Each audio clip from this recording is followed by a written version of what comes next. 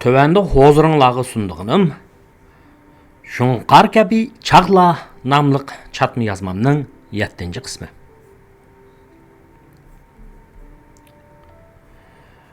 Şunqar kabi çağla 7-ci qismi. Mən toluq oturup məktəbdə oxuvatqan çığımda, bəlkim o 1987-88-ci yılları bolsa gerek.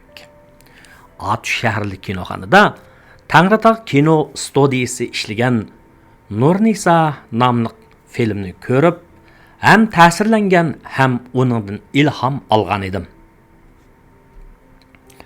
1980-ci yıllarının oturlarında məzkur Uyğur kino stereosi, Rana'nın toyu, Bəxt naxşisi, yetim qızның muhabbetiga oxşaş bir yürüş esil kinolarını işləb, xalqımızның mənəvi turmuşunu beyitqan edi. Qaçan bu studiya bizning turmushimizni aks ettiradigan, bizning tariximizni eslatadigan va umidlarimizni ifodalaydigan filmlarni ishlashdan qoldi. Uning qalbimdagi o'rni g'oyib bo'ldi.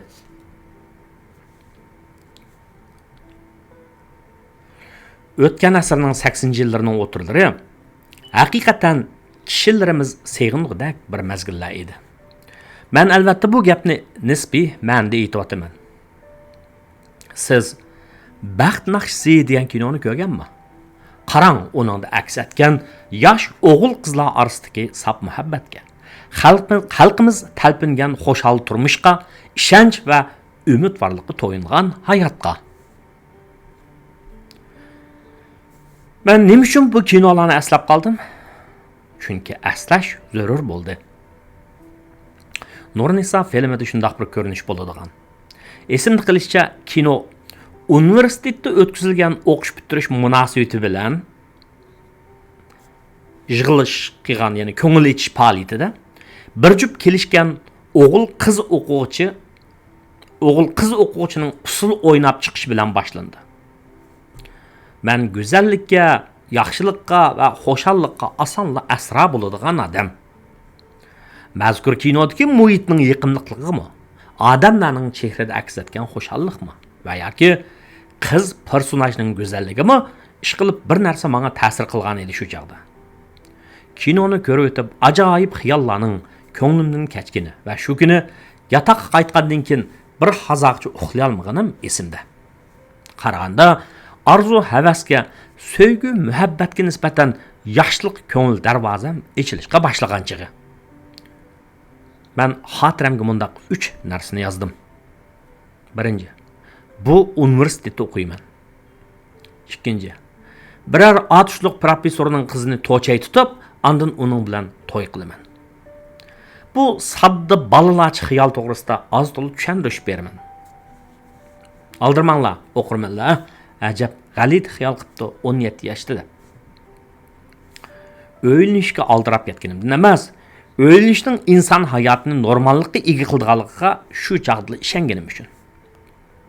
Üçüncü, chet elga chiqib o'qib qaytib kelaman. Ya'ni shu chaqda o'qib qaytib kelaman deb o'ylagan edim, ammo amaliyot boshqa bo'lib qoldi. Ana shu chaqlarda xiyolimdan kechgan o'y keyin orzuga va oxir berib nishonga aylandi. Keyingi hayotimda men beshimdan o'tkazgan turmush amaliyatim, hayot qismatlarim va ko'rgan bilganlarim asosida obyektiv sharoitga qarab orzularimni tanishab, o'sib ketsa kesib, yetmasa ulab, asosliq nishonlarimni cho'rgilab, peqrab yurdim. Men chet elga o'qishga chiqish qog'ozini topshirib olganimda, vatanda o'tgan kunlarim haqida bir xulos qildim.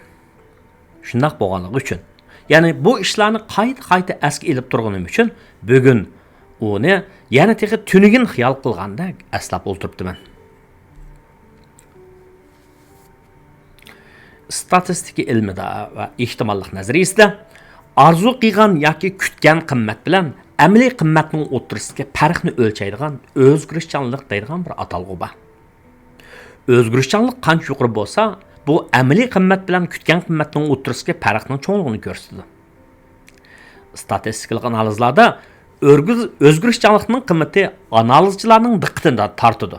Buni shaxslarning turmushiga bog'lab tushuntirgili bo'ladi. Yani bunu zag'ri til bilan ifodalasak, egizpaslik deganlik bo'ladi. Siz turmushingizda egizpaslikdan bo'lishini xohlamaysiz, shundaqmi? Yana siz shirin so'zi bilan qalb dunyosingizni echib kirgan, qaddi qomati kelishgan yigitning o'z gapida turadigan erkak ekanligini orzu qilasiz. Undaq emasmi ya? Hergiz uning so'ltini attartolmaydigan ishqabaq qo'qan bayvatchilardan bo'lib qilishni xohlamaysiz. Siz uning bilan aralashgandan keyin, turmush qurgandan keyin landin uning yoki siz o'ylagan yigit yoki aslida soyisiga yaqin yo'lamaydigan lamzalla va yoki vujudida g'oya, iroda, intilish, qizg'inlik, sevgi, vafo, bilim va iqtidor, mardlik ham fidokorlik hamda oilaviy va ijtimoiy mas'uliyat tuyg'usi bo'lmagan, faqat qaddi qomatli bo'lgan quruq bir ekanligini bilasiz. Demak, siz orzuyingizdagi oq otliq shahzoda bilan oldingizdagi qomatchaning o'tirsida qilchimi farqning bo'lmasligini, bo'lgandimi intayin kichik bo'lishini orzu qilasiz. Agar bu farq cho'ng bo'lsa, aniqki turmushingizda egiz pastlik ko'riladi. Paychaka bozorda o'zgarishchanligi yuqori payla, o'zgarishchanligi tuvan paylaga qaraganda xatarliroq hisoblandi. Real turmushda kutgan qimmatingiz bilan siz erishgan qimmatingizning o'rtasida farq cho'ng bo'lsa, siz qanday o'ylaysiz? Hasrat chekamsiz, azoblanamsiz va yoki mayuslanamsiz. Ish qilib xo'sh bo'lmaysiz. Shu nurg'un kishilar hayotida xatarga qaraganda, xotirjamlikka, o'zgarishchanlikka qaraganda turaqliqqa mayilroq keladi. Lekin ko'nglingizga bir havas, yuragingizga bir o't tushadi ekan, u sizni tinim topqizmaydi. Kechilari uxlatmaydi. Xiyolga band bo'lsangiz, u sizni yeydi va oxiri pax-pax qilib tashlatadi. Bir odam uchun ma'lum g'oya va nishon uchun tirishib yashashning o'zi uning hayotni qizg'in so'yib yashayotganligining ifodasi.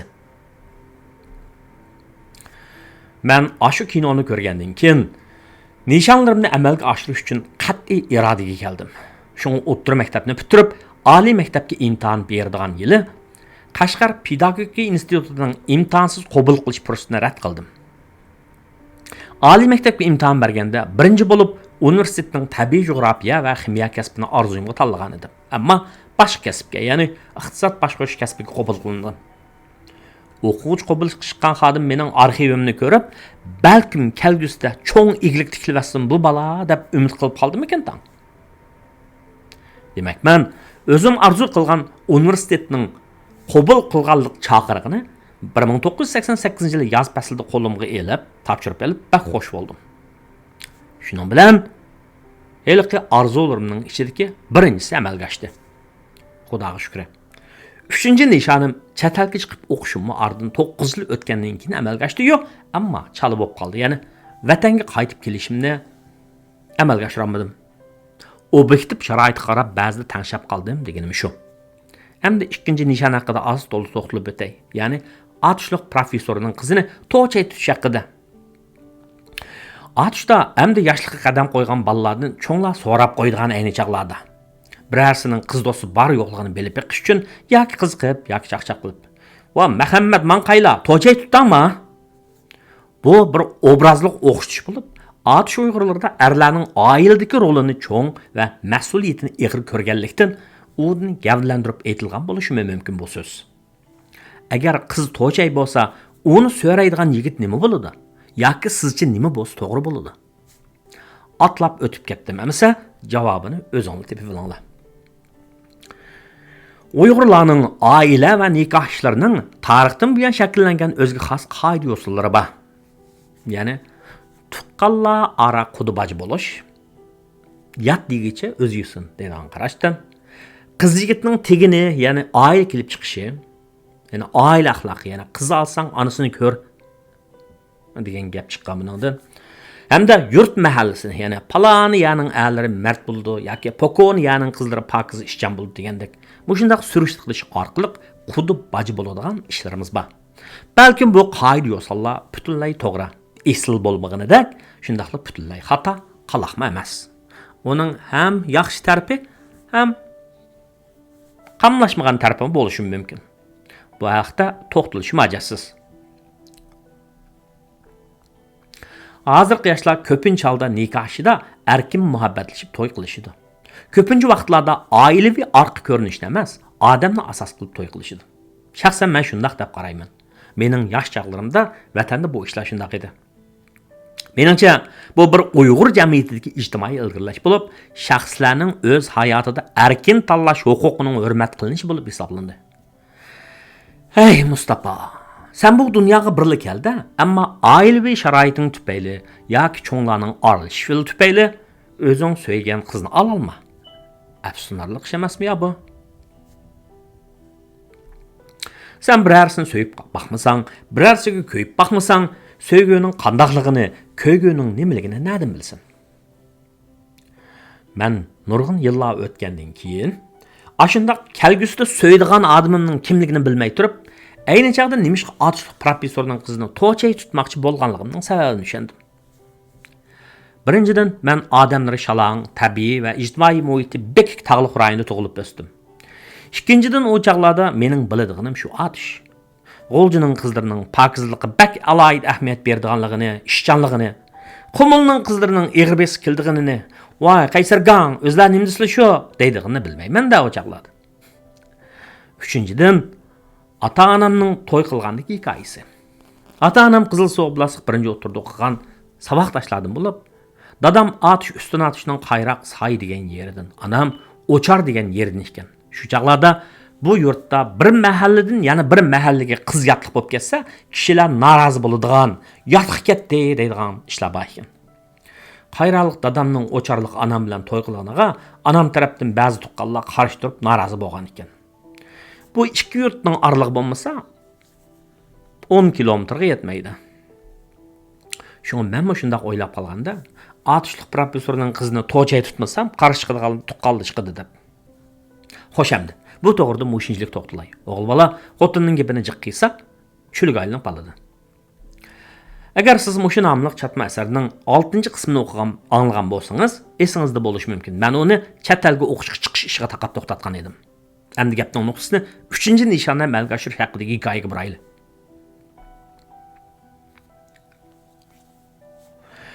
Bir 1980-yillarda chet elga mayli qaysi sababdan bo'lsin, bir chiqish yoki chet elda tuqqani bo'lish Uyg'ur jamiyatida kishilar havas qiladigan bir ish edi. Nimish shundaqligini yuzaki kuzatganda, zahir qaysi omillarning asosiy o'rinda turadiganligi bir nima demakdas. Ya'ni bu Uyg'urlarning savdo karvonlarining shahar cho'gilab, chegara atlab, dunyo ko'rib, boshqalar bilan aloqa qilganning foydasini ko'rganligidimi va yoki 30 yildan ortiq vaqtdan buyangi tashqi dunyo bilan aloqasi uzilib qolgan xalqning yenilikqa bo'lgan intilishning kuchliligidimi va yoki ma'lum shay'i qancha yepiq va notanish bo'lgan siri uning shuncha sirliq va jalbkor bo'lishdimi? Ish qilib har xil sabablar tufaylidan ashunday edi.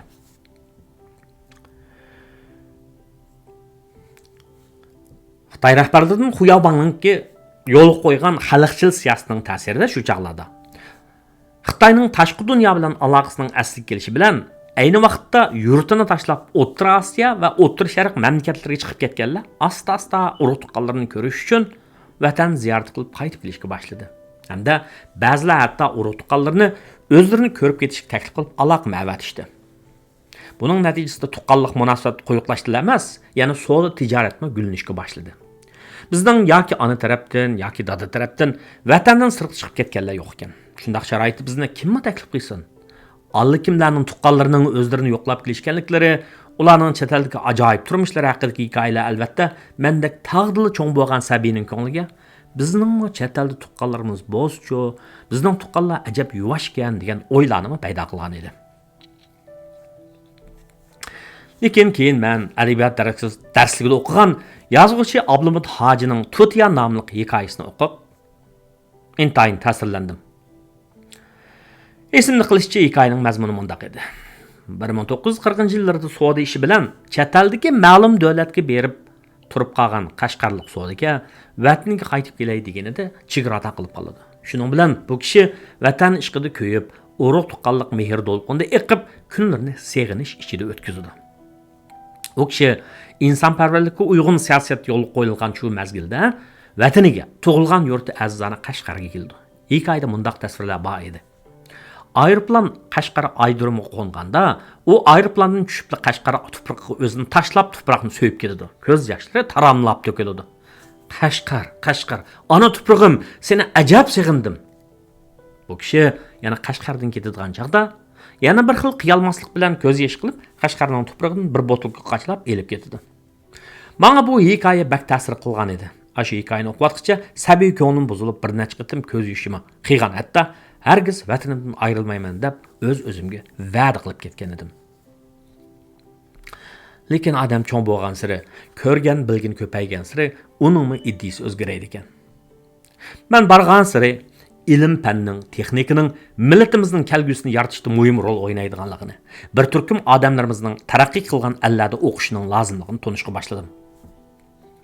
Men atishda to'liq o'rta maktabda o'qiyotgan shu mazgillarda vaqtim bo'lsa oblast kutubxonaga berib gazet jurnal ko'ratdim. Bu kutubxonada Zilayxon ismli salobatlik, ko'zoynak taqib bir nima yezib ketadigan 50 yoshdan oshgan mehri siq bir ayol bor edi. Men keyincha bu ayolni shoir Muxtar Bug'roning qiynanisi deb ma'lgan edim. Men dal shu kutubxonada Urumchikashlik gazetidan mundaq bir surat xabarni ko'rgan edim. Rayonimizdan dastlabki bir turkum Uyg'ur o'quvchilar Yaponiyaga o'qishga mangdi. Demak, men yoshlarımızdan chet elga ilm-fan o'rganish uchun safar qila oladiganligini shu chaqda bilgandim. Shu chaqdagi tushunishimda biz cho'qim fan texnika bilimlarini Yaponiyaga o'xshash iqtisodiy taraqqiy qilgan allardan o'rganishimiz kerak deb o'ylaydim. Meni kundalik turmushimizda ishlatilgan qulay elektronlik mahsulotlarning hech qaysisining bizning odamlarimiz tarafidan yasalmaganligi, fizika, ximiya darslarida biror dunyoga mashhur nazariya va teoriyalarni o'tirib qo'yib baqqan Uyg'urlarning bo'lmasligi bak afsuslantiradi. Lekin men bizga sharoit bo'lsa, bizdan har odamlar chiqadi deb qat'iy ishondim. Nima ekan, menda o'zimizning aql parastligiga bo'lgan ishonch cheksiz edi. Nazarimda biz faqat bir fursat topolmagan, ijodiyat muhiti yaratilmagan, qaymoqqan millat. Ammo yana ilm ma'rifat hurmat qiladigan, yangilikni qabul qilish iqtidori nisbatan yaxshi millat edik. Men chet elga o'qishga chiqish haqida oliy maktabga ana shunchalik iddia bilan kelgan edim. Lekin Xitoycha saviyam heliqidak shi bilan shi ni bilalmagidek darajada nol bo'lg'achqa, chet el tillarini oliy maktabning 4-5 yilliklarida o'rganarman deb o'ylagan edim. Kim bilsin? Kutilmagan tasodiflikning ta'sirida men oliy maktabning 4-yilligiga kelganda oliy maktab o'quvchilariga ingliz tilidan kech kursda dars beradigan o'quvchi ma'lum bo'lib qoldim desa. Yana bu vaqalikni tafsilot uchun Shunqar kabi chaqlar nomli bu asarning bosh qismi qaralsin. Birinchi, ikkinchi qismi. Hatto ingliz tili qo'shib, oliy maktabning 5-yilligiga chiqqanda yapon tilidan xilal yaxshi savad chiqarib oldim. Elam shu chaqlarda o'rganib olgan so'zlarimni fursat bo'lsa so'zlab qo'yman. Albatta, o'rgangan so'zlarni unutib qolmasligim uchundir. Biz oliy maktabning 3-yilligiga chiqqanda deyman, universitetimizning matematika fakultetini bitirib, keyin Yaponiyaning Hokkaido tarafdagi bir universitetda tunji turkumda o'qishga avatilgan Kamaldin ismli yosh, aqlli ham qobil bir muallim fakultetimizga o'quvchi bo'lib keldi. Kamaldin Nizamdin ismli bu muallim G'ulji Uyg'urlarning oq ko'ngil, tirishchan, millat suyar ro'yini o'ziga mujassamlashtirgan bo'lib, bizga ko'yinib dars o'tatdi. Kamaldin aka biz o'qish bitiradigan yili bahor faslidagi bir kuni sinfimizga kirib shunday dedi. Mening Yaponiyadagi o'qituvchimdan xat keldi. Sening o'quvchilaringning biror ikkini o'qish mukofoti bilan ta'minlab o'qitib, tarbiyalab beray deydi. O'zi bu yil 5-oyning oxiri Shiyanga keldi ekan. Ammo bu o'quvchi cho'qim yapon tilini ma'lum saviyada bilish kerak ekan. Qani kim sinfinglardan buni jur'at qilib baqadi? Bir hazo jimjatlikdan keyin men qo'limni ko'tardim. Men qilaman. Kamaldin kam mening davlatlik ingliz tilini CET4 ingliz tili 4-darajalik imtihonini allaqachon o'tib bo'lganini biladi.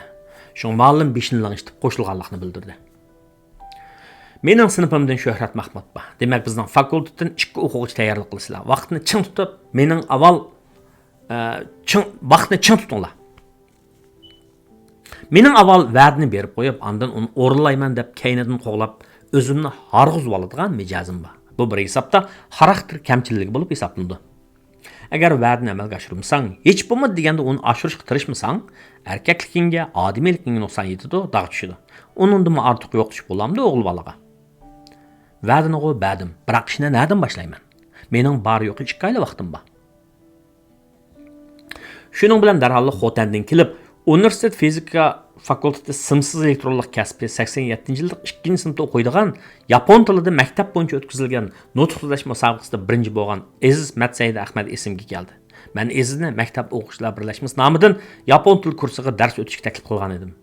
Aziz ahvolini olgandan keyin menga darhol shu chog'da yaponcha kurslarda ishlatilayotgan yangi yapon tili, ya'ni Atarashi Nihongo degan kitobni berdi va menga yapon tilidagi asosli yoziq sistemasi bo'lgan hiragana va chatdan yapon tiliga kirgan so'zlarni ifodalash ishlatilgan katakana sistemasida yozilgan harflarni qanday o'qishni o'rgatib qo'ydi. Men hamda har sahar turib yapon tili o'rganishga boshladim. A I U E O Kaki Kukako Gagi Kukako Sashi So Sa So. Andan nayt tez suratdan tekst yodlashga tushdim. Sakura Noyamamo Satomo. Sen bilmagan ekansan, o'rganish qiziq ekansan, badal to'lashing, aktivlik bilan izlanishing kerak. Men yapon tilini qisqa muddat ichida tez o'rganish uchun hatto Yaponda o'qib kelgan muallimlarni o'yga izlab bordim. Masalan, biologiya fakultetining genetika kasbining Afg'onistonlik o'zbek general do'stimga o'xshash taqdirqi bo'lgan bir tutluq ham qomatli kelgan Erkin muallimni o'yga izlab bordim. Erkin muallimni men necha yil ilgari o'quvchilar birlashmasi nomidan Uyg'ur o'quvchilarga Yaponiya oliy ma'rif va fan texnikasi haqida leksiyaga taklif qilganda yaxshi tanishgan edim. Erkin kamga rahmat. Men bu muallimning menga na kariba narimasan degan so'zni astoydil tushuntirib qo'yganini unutib qolmadim. Mening yana hatto Yaponiyada o'qib kelgan Ma'rif institutining iqtidorli o'qituvchisi Abdurahmon muallim bilan uchrashib, yaponcha so'zlashganim esimda. 15 yildan keyin Abdurahmon akani men Amerikada bir to'yda uchratib qoldim. Meni darhol tanib oldi. Bu kishiga rahmat. Menda u chaqlarda qilaman degan ishga nisbatan ana shundoq o'zini beg'ishlash ro'yi bor edi. Shuhrat Mahmudning tirishchan yoshida. U mendan 1 yil to'van bo'lib, to'vanki sinfda o'qigan bo'lib, dadasi marhum Mahmud aka universitet qonun fakultetining o'qituvchisi ekandiq. Shu mezgillarda o'zining Rossiyadagi o'qishini g'albilik tamomlab, vataniga qaytib kelgan hozir tibbiy universitetining mudiri Xalmurod aka Shuhratning qiyin aksi bo'lib, sanoat institutida o'qituvchilik qilgan, Yaponiyada o'qib kelgan Abdurishit ismli bir muallimni Shuhratga o'qituvchilik taklif qilib bergan ekan.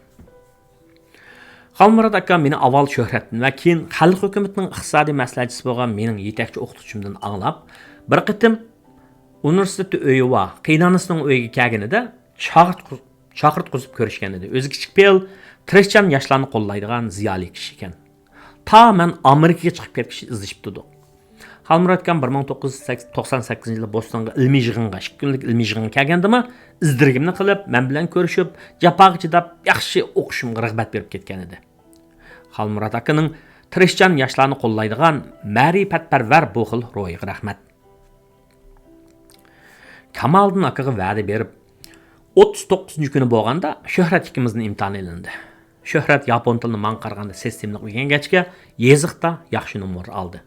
Men partizanskiy shaklda yugurib turib, so'zlab turib o'rgangachga ig'izchi sinoqni yaxshi oldim. Ammo har ishkaylarni o'talmadik. Kamoliddin muallimimizning natijamizga qarab, bizning Shiyanga berib avar bo'lmasligimizni aytdi. Shuning bilan mening to'liq kurs o'qishni bitirib, Yaponga o'qishga chiqish xayolim reallikka aylandi. Lekin yapon tilini o'rganib qo'yganimning foydasi bo'ldi. Yana bir yili Yaponiya oliy maktab o'quvchilari maktabimiz bilan do'stlik munosabati o'rnatib, 2 haftalik lagerga kelganda, men Uyg'ur o'quvchilarining vakili bo'lib tanlandim. Menda maktabning chet el tili tarjimoni, Pokiston filmidagi Asmat Xonga o'xshash burti bor. Balkim bu burtlar tushib ketganda bu ay bo'kiladi. Mangsa yanan qaytiga cho'kilib ketmisan deb ayab dastlab mangdigan kamsiz Farhod Qiyim muallim. Chet el tili fakultetining 2 o'quvchi va yana maktabning bir Uyg'ur amaldorining oliy maktabda, boshqa oliy maktabda o'qiyotgan qizi bo'lib 5imiz universitetdan tanlangan. Yana boshqa 6-7 o'quvchim qo'shilib 15 tak yaponlik o'quvchi bilan universitet mehmonxonasida yotdik. Ashtamimiz 3 vaqt seriq rangli o'quvchilar yotoq binosining yenidagi 320 qavatli binoning yenidagi ishchi xizmatchilar oshxonasi o'rnashtirildi. Shu oshxonada Rayhanmo, Ayzimgulmo ish qilib ashundoq muomilasi yaxshi oshpaz xonimlar bor edi. Men Tatsuya ismli Yapondagi bir universitetda agronomlikda o'qiyotgan bola bilan bir yotoqqa o'rlashtirildim. Bu bola dastlabda hech qanday bo'ldi. Keyin yana 15 kun jarayonida chiqib ketdik. Men ham inglizcha bilganim, ham yaponchani aplab bir Uyg'ur turkchani yomzab so'zlaydigandek so'zlaydiganim uchun ular bilan asalni chiqib ketdim. Mavi yaponlik o'quvchi yoshlarmi hissiyatsiz emas ekan. U yoz mazgil bo'lib, maktab ta'til, ko'p o'quvchi yo'q edi. Bularning qizlarining, ya'ni shu yaponlik o'quvchilarning qizlarining yapon ayollari kiydigan geisha kiyimni kiyib, maktab chetalik mehmonlar yotadigan mehmon xorosida timisqilab qisib tasab mingishlari, kulkilar bilan xotir rasmlarga tushishlari ko'z oldimdan ketmaydi. Hammadan qiziqi, mening bir necha qatam tamoq ustida maktabning ingliz tili tarjimonini va ingliz tili fakultetining o'quvchilarini yaponchani yaxshi bildiganimga ishontirib o'tishim bo'ldi-da. Bu yaponliklar Uyg'urlarning tamoqlari ustida parang qilishdi-da, ba'zida qiziqib so'raydi. Men amal ba yaponcha so'zlashga tirishiman. Biladigan, yodlab olgan jumlalarimni joyiga keltirib so'zlayveraman. Topolmagan so'zimga inglizcha qaytib. Shuning bilan bu yaponlik tushunganda qilib, boshlang'ich turib, "So'deska" deyishdi. Mening qarmoq ular bilan bemalol, ya'ni tirnoqchilik bemalol, yaponcha so'zlab ketishimga qarab, mening iqtisod kasbida o'qiganimdan gumonlangandek qarab qo'ydi. Eliqi ko'zlari yo'g'on o'rimchilik qiz. Paratkam Asmatxandek burtlimni to'lg'ab qo'ydi. "Nerdan o'rganib olding bu ne?" degandek. Men aldamchi bo'lib qolgan bo'lsam, endi xalq cho'chaklaridagi aldarkosdek cho'ng aldamchi bo'lib ketatdimi nima? Hozir o'ylasam, yoshlikda qiziqchilik qilib, bakrak qizib ketib qoptiman desa. Ishqilib ular bilan 2 hafta birga yashash jarayonida yaponchamni xili o'sib qoldi. Yaponliklarni so'g'oq, o'z ishiga puxta, hissiyotni oshkorlamaydigan haqlar deyishidi ekan ba'zilar. Butunlay undaq emas ekan. Ular ketadigan chaqda ayrilish qilmagandek xeyli do'stonlik ifodalashdi. Hammasidagidek aloqa adreslarini qo'yishib, hatto sovg'a hadya qilishib ketishdi. Mening Yaponga o'qishga chiqishim peshonamga bitilmabdi ekan.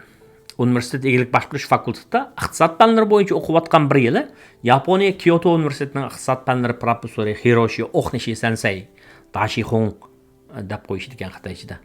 Bu apandim fakultetimizga kelib leksiya so'zladi. Men u odam bilan tanishib paranglashdim.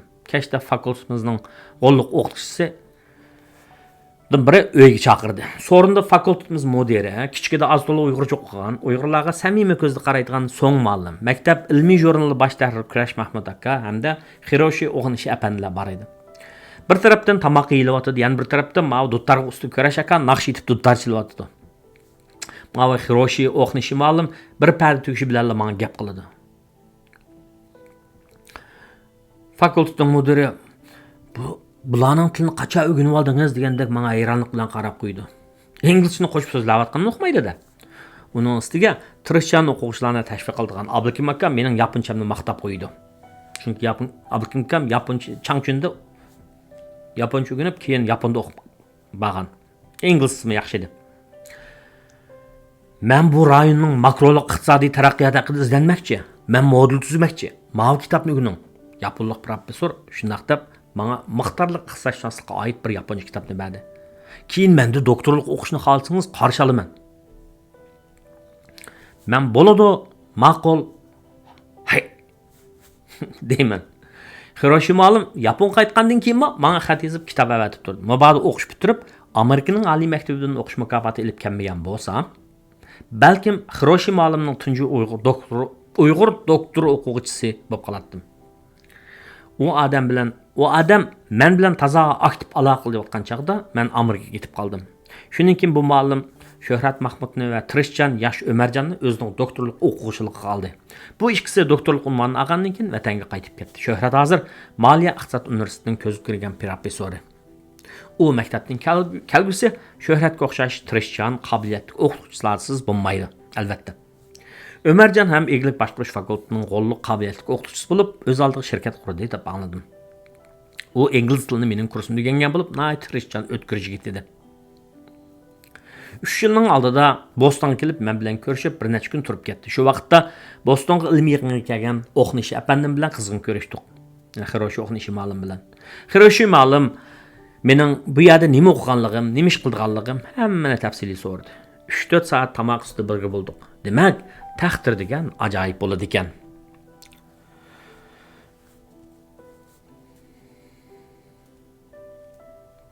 Bizning fakultetning nurg'un yosh o'quvchilar, ya'ni Ablamid, G'aliba, Cürat, Serik qatarlıqlar. Keyin Yaponga chiqib doktorlik unvonlarini elishib ketishdi. Biroq men 1997 yil oktyabrda Amerikaga ketib qoldim. Chunki mening Amerikaga o'qishga